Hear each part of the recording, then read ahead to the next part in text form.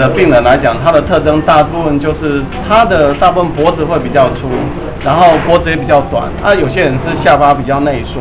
然后来讲的话，他们大部分会造成的就是说，可能来讲会造成说他的就是睡觉的时候会缺氧，然后睡不安稳，然后这样的话会导致就是他的心脏的因为你晚上睡觉的时候，因为缺氧，心脏没办法休息，所以来讲的话，他心脏的功能就会退化，导致就是说他心脏送到他的肾脏的血流量比较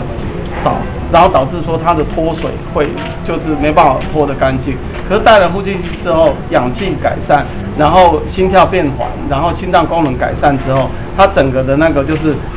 脱水的功能就会改善，然后水也慢慢脱出来。有，我之前还没戴的时候，大概一天大概脱个800左右。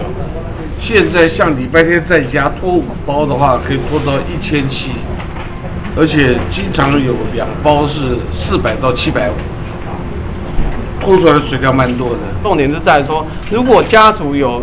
病史，然后自己来讲的话又有肥胖，